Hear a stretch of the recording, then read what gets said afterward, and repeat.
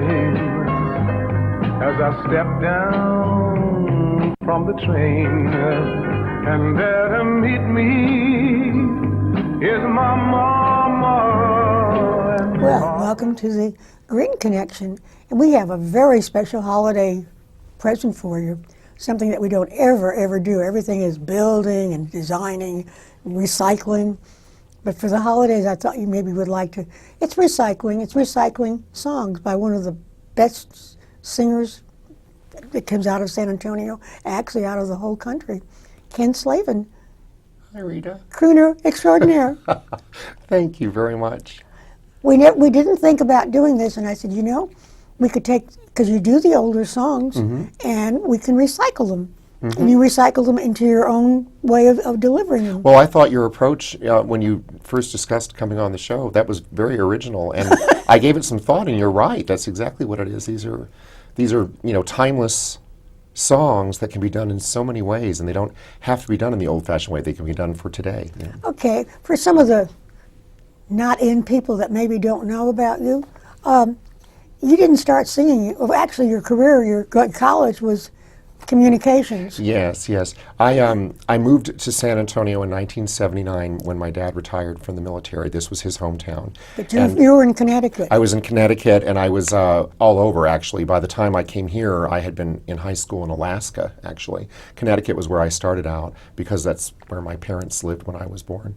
But I came here to Texas, enrolled at St. Mary's University. It was had a wonderful English communication arts program that was in its infancy then. And my plan, my real desire was to be a journalist, and I even at one time thought that I might like to be a translator. I used to have this fantasy of being a translator at the United Nations. But what other language do you speak? I speak un poco de español. I studied Spanish for several years, but I'm not fluent. But I chose the English communication arts route because it was a very marketable way to get a liberal arts degree and writing degree, and it would make you a little bit more marketable in the real world instead of just preparing you for teaching or for trying to be an author. And so I went into journalism, and my first job, my first career move was working at the old San Antonio Light as a general assignments reporter. I got my first job there right out of college. And then after about a year of journalism, I transitioned into public relations, and I worked in agencies, and I worked for myself for the next many years. And it was in that first decade or so that I was out of college that I finally decided to pursue singing. So I was 29 years old when I picked up the microphone the first time. Up until then, our background is sort of parallel, because I have journalism and public relations, and at that time, because I'm a lot older than you, audiovisual, Chicago had the first TV station, and I worked for a theatrical booking agent, and so we got to do the commercials and book the talent for the late shows. So yeah, that's. Well, you've had an incredible career, and I read your book and loved it. One of the few. The only reason you read it is because we traded a disc for a book. I really probably ought to promote it, but I guess what it is mostly is a memoir you can give to your family, so they know that Grandma didn't just sit on her cushion and do nothing. Well, I can tell you after reading that book, I know you didn't sit on your tush. It was you were your career has spanned a long time, but you had so many high moments there, in being working around the Kennedy visit to Texas and all the other things that you did. It could never happen now. Yeah. First of all, I didn't have a degree. I was in demand. I didn't need it. I need to go back and get it. Okay, this is about you. Okay. But I like the idea that we both have had communications careers, and I've continued in that field. I'm still in public relations, but singing is my real true passion and love. And when did you discover that you had a voice? Always, or? Well, when I was young, I loved to sing, but I wasn't sure if I had a voice. I was one of those very shy, really shy kids. It's so funny how many shy people end up on stage, but I was very shy. Moved around a lot as a military brat. And I had a couple of occasions to sing in a situation like in a school play or whatever, in some kind of a school setting. And I got, and in church. And a couple of times I got shot down by people who told me that I didn't have any talent, that I should stick to speaking parts in a college play, for instance. How rude. Yeah, it was, and I don't think people meant to be rude. I think they might have just been ribbing me, but I took it really seriously. And so I thought I don't have talent, so I wouldn't let anyone hear me sing.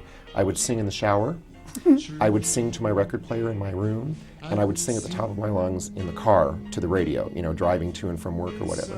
But the people who really believed in me were my parents. My mother and father would hear me singing in the shower, and they'd say, "We think you should do something with your voice." And I was always, no. I was very embarrassed about it.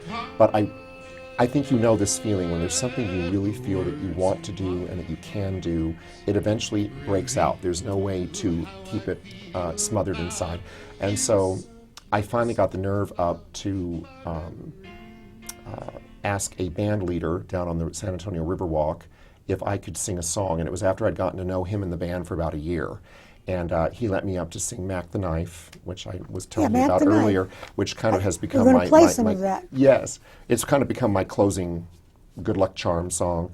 But the audience liked it, and the band liked it, and the band leader, George Prado, who was with the Regency Jazz Band, he's the one who encouraged me to go professional. And so he gave me, not long after that, my first paying gig. This coming February will be my 24th anniversary because he hired me on Valentine's Day, 1990, to sing for 1 hour for $50. That's fantastic. He's a great man. He is a great man, and Aaron is his son, Aaron. I don't know. No, but he was my first musical mentor. He made me believe in myself and introduced me to all of the first musicians I worked with and everything. And so I got my confidence got built up by a man like him and by my family and my friends. And I started off just the first time I ever did a gig for myself, I actually threw a birthday party for myself at Chris Madrid's, the hamburger place, and invited all my friends and family and figured they can't boo me because they love me, and hired a band and put on a show and had a ball, I should have sent you some of that video because we actually videotaped that day. But I've never looked back. The greatest joy in life for me is entertaining people and being able to sing. I love music. Okay, the song I don't know what we're playing now. Mac the Knife, I think, is what they say. I think we're going to close with Okay, that one. what are we doing now? I think it's starting with, didn't it start with Do Nothing to You Hear From Me, I think is what you wanted. Yeah. Yeah. Which is featured on my last CD.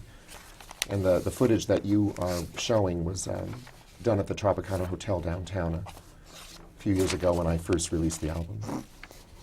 And I had the background of these songs, but it's now in the in the producer's Well, that's okay. booth. Well, I do know that the song was written by Duke Ellington, and a lot of famous people have sung it. It's one of those timeless classics. So Duke Ellington actually was a more or less a jazz band, a jazz musician. Yes, So was it and also a originally wonderful intended to songwriter. be a jazz piece? Yes, I believe so. And I don't know if it was originally a sung piece or not. It might have been an instrumental initially. I don't know. I'm not certain if he also wrote the lyrics. It was an instrumental in 1940, and they added words, I believe, in 1944. Okay.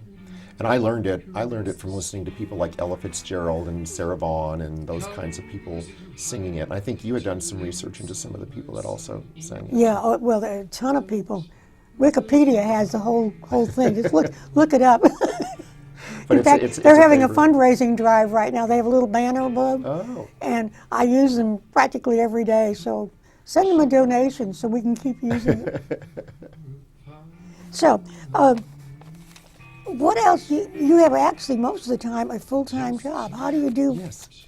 I work in communications for a local nonprofit, and it's Oxyon, Texas. I work for them. They're a lender for small businesses, a lender and also provide educational services for people that want to start new businesses or want to build their existing small businesses.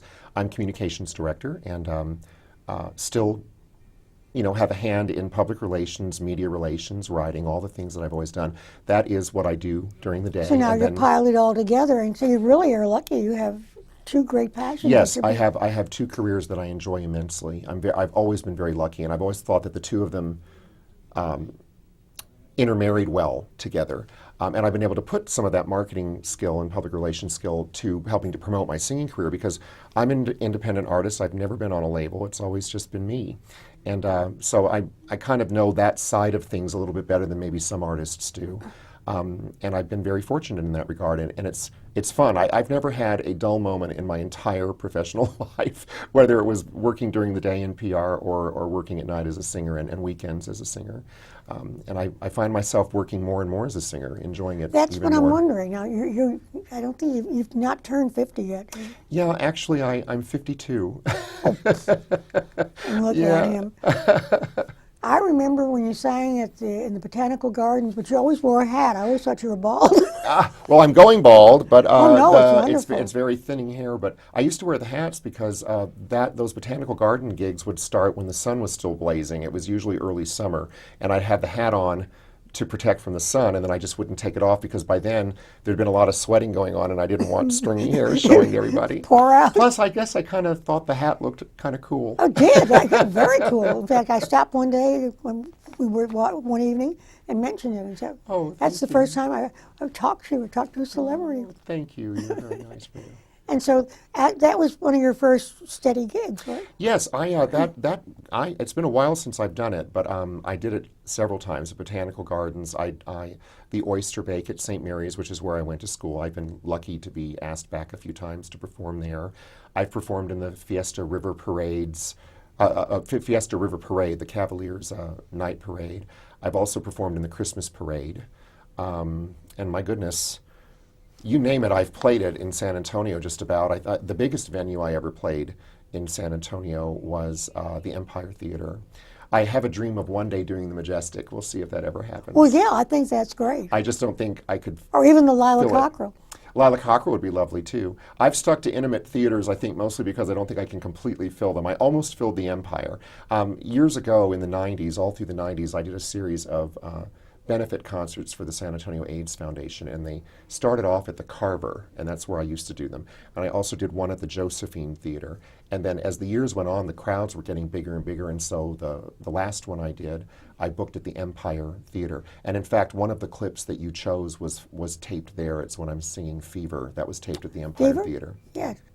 I think we have that. Yeah, I think that's on the list of ones that they may be showing while we're talking. But I've done a lot of venues in town and a lot of outdoor things. You know, San Antonio is just has a plethora of places to play. I also play a lot. I used to play a lot of the hotel lounges when they had more Yeah, well, live that's music. good. But you've done a lot of non-paying gigs that. Oh, sure. I try to do. I don't know. I've always believed in trying to give back to causes that I care about and causes that matter to people here in San Antonio. Well, and all the parades and all that stuff. Yeah, that stuff is, you might get paid a minimal amount of money, or in a lot of cases, I'll perform on behalf of a nonprofit, and I'll just make sure the musicians get their money, because a lot of them, that's their full-time work. They don't have a day job like I do, and so That's kind. I just believe in giving back. I mean, San Antonio is a wonderful community, and they've been so good to me. I mean, I've been amazed at the outpouring of support I've had over the years, and why not give back? We're all in this together.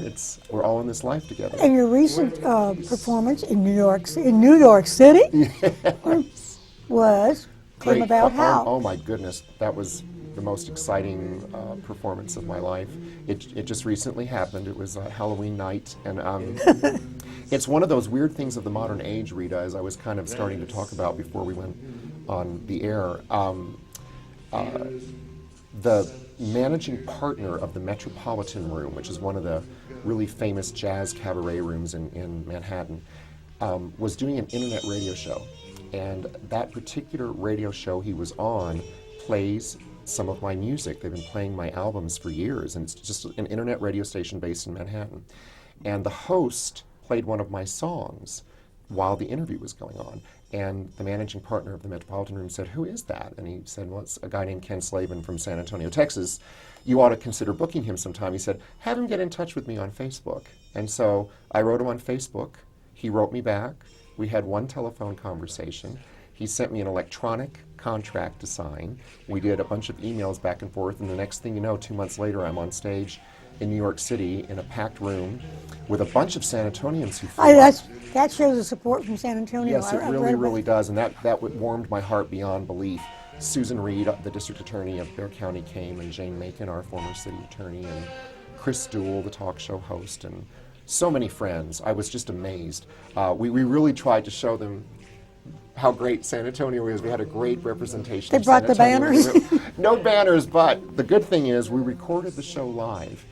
For a charity CD that I'm doing. I'm going to be giving a portion of all the proceeds to the American Heart Association here in San Antonio, the San Antonio chapter. And we recorded the whole album, and believe you me, you can hear the Texas cheering in the audience. It's fantastic. It'll be out the middle of this month, and it'll be available online and everything, so your viewers hopefully will maybe check it out online and get a chance to buy a copy for Christmas. Now, how many albums have you done so far? This will be my 5th one, so I've done 4 already, and this will be number 5 that's coming out. And they're available where? They're available on Apple iTunes. They're available at cdbaby.com, which is an online CD store that a lot of independent artists like me are on. It's available on Rhapsody and Napster, a lot of online stores. And it's going to be available this holiday season. The new album and the older ones will all be restocked at On Main, Off Main here in San Antonio, that wonderful little shop over in Monte Vista. Oh, yeah. Yeah, that Bill and Oscar run. And so they've carried my CDs for years. They've been wonderful about it. But mostly, I find most of my sales are online or in person at my performances. Yeah. We'll do a release party for this new album at the Boardwalk Easter on December 14th. Oh, coming up. Yeah, so I'm very excited. It's the first new album in 6 years, and I'm glad that it'll help benefit the Heart Association, and it also captured that magic moment of San Antonio meets New York City, right in the heart of Manhattan. It was just wonderful. And so the whole CD is going to be on the... The entire show is on a CD. And I understand you were such a hit, you've been invited back? Yes, ma'am, I have. In fact, the next day, I went to thank the managing partner, Bernie Fershpan. I went to his office, which is downstairs in the club, and he said, "My staff hasn't stopped talking about you. When can you come back?"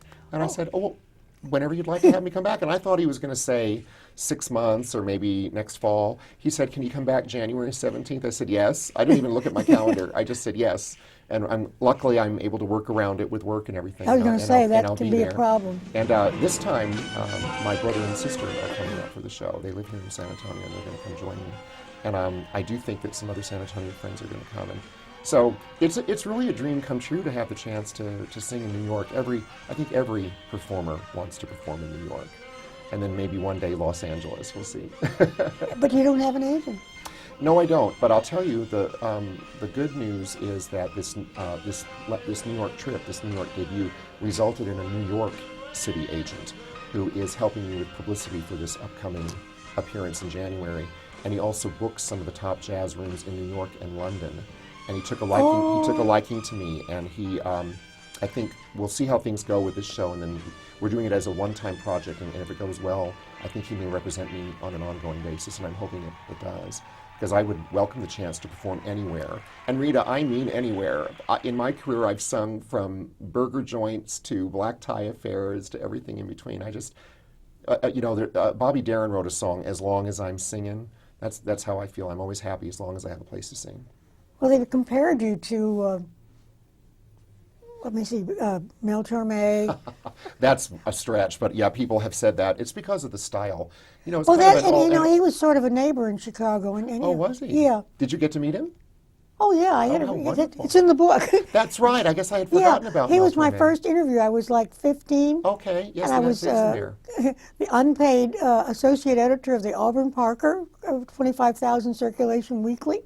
Wonderful. And they didn't pay me, but I got to go to all these things. And so I just called and asked if I could have an interview with him. And I met him. He was backstage at the Oriental. Well, how did you find him? Did you like him? Oh, he was great. Yeah. In fact, then we used to go visit his house. And, oh, how wonderful. Yeah. Oh, yeah. He was great. No, he's one of my favorite artists. When people try to explain what I do by comparing me to some of these wonderful singers, and there is no comparison. I mean, these were really major stars that I, bow down to. But it's lovely that people try to explain the style of what I do, which is what I. The style is what it is. It's that crooning jazz style of the mid-20th century, basically, is what it is. It's the Great American Songbook. It's the great jazz standards. It's the great show tunes from that era. And so it's... How did you develop the style? Because you didn't even think you were going to sing. Did you know, When you were singing in the shower, were you thinking of the style? Yes, I had, when I was a young boy, I fell in love with the older music, and it was because it's what my father liked to play. And my mother, too, they loved to listen to records. There was a lot of music in our home growing up. My father's father here in San Antonio was a band leader in the 1920s and 30s. Oh. He was a saxophone player. He played Dixieland jazz, and he also wrote music and was even offered a slot in the Glenn Miller Orchestra. His name was Albert Slavin, but he could not take the job with Glenn Miller. He had a very large family, 8 kids, and he decided to give up the music career and not go on the road and pursue another career and stay in San Antonio. But my dad took lessons from him on saxophone, and my dad played alto and tenor saxophone, and he had a beautiful singing voice. And so when we were little, growing up, my brother and sister and I, we would sing songs with our parents in the living room, and we would watch the Lawrence Welk Show, and we would watch the Ed Sullivan Show, and the Andy Williams Show, and all the Christmas specials with Perry Como and all of those people. And so it was the kind of music I really loved. And when my dad really noticed I was taking a liking to it, when both my mother and father did, they bought me a big band record collection from Reader's Digest when I was 14, and I started listening to and memorizing all these incredible songs. So I always wanted to do the old music. I've always told people that I was born in the wrong era.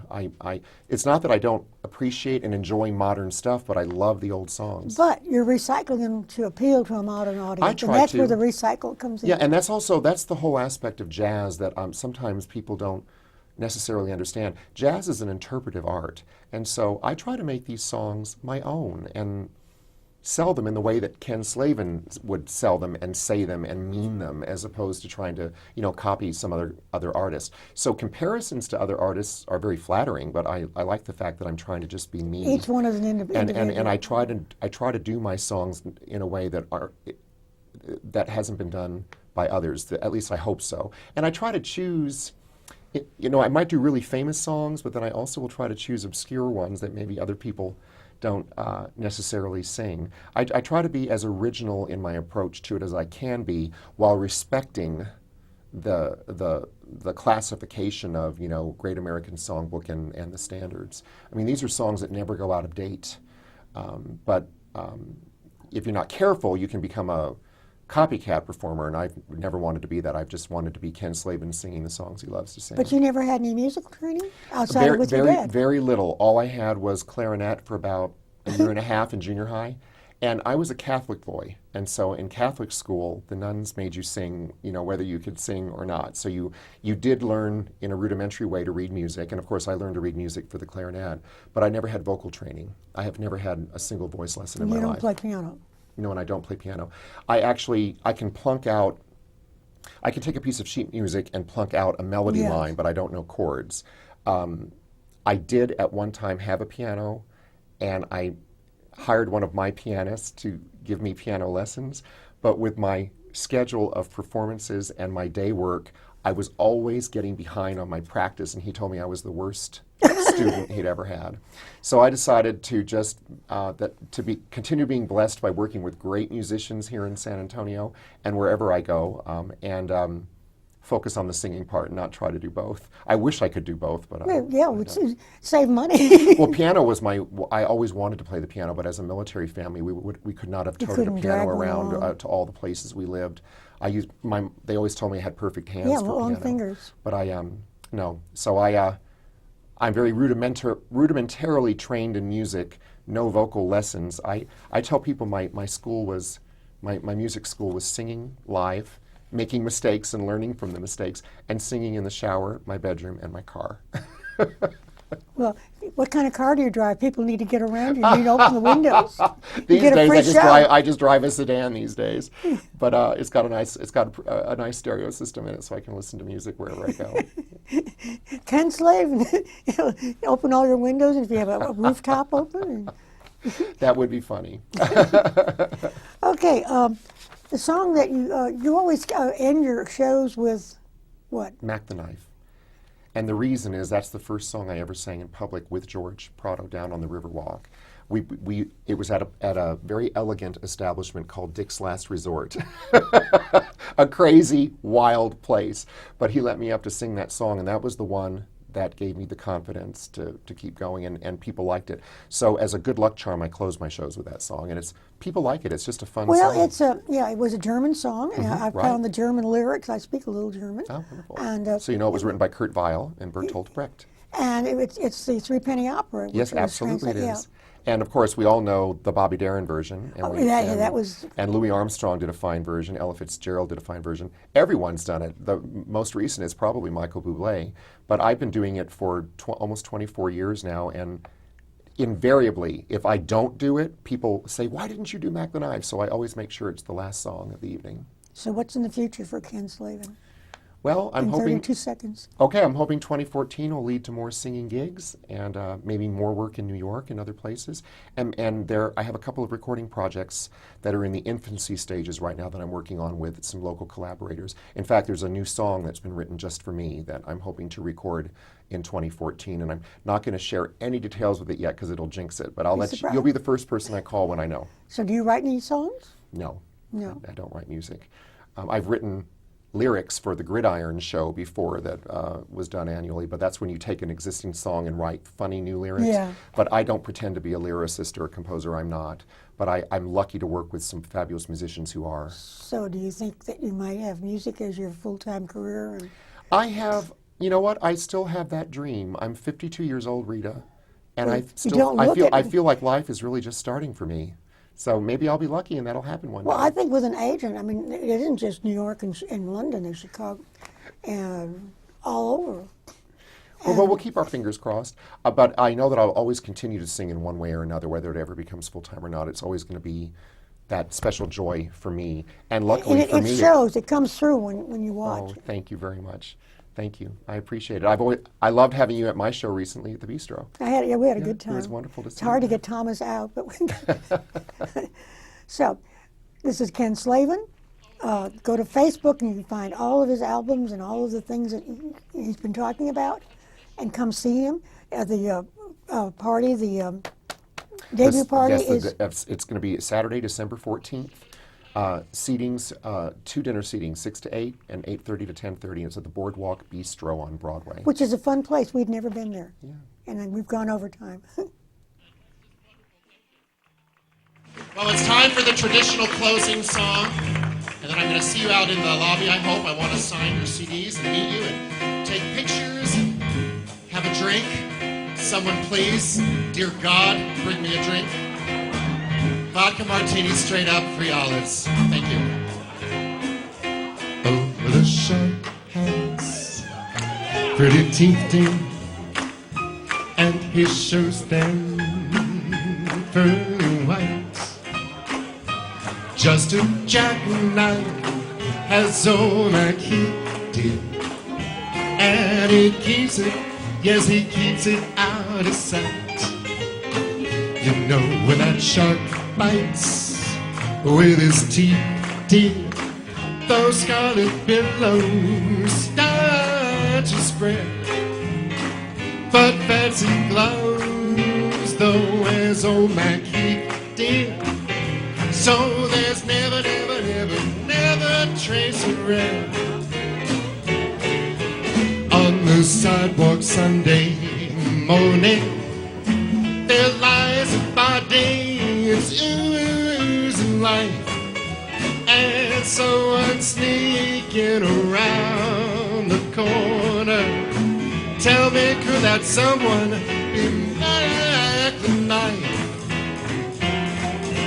There's a tugboat on the river where a cement bag's just dropping down. Well, that cement is just for the weight, dear. 5 will get you 10, oh, Mac is back in town. Louis Miller disappeared, babe, right after drawing out his heart in cash. And now that he spends like a sailor, oh, could it be our boy's done something rash? Jenny Diver, Potty Peacher, Suki Tawdry, Sweet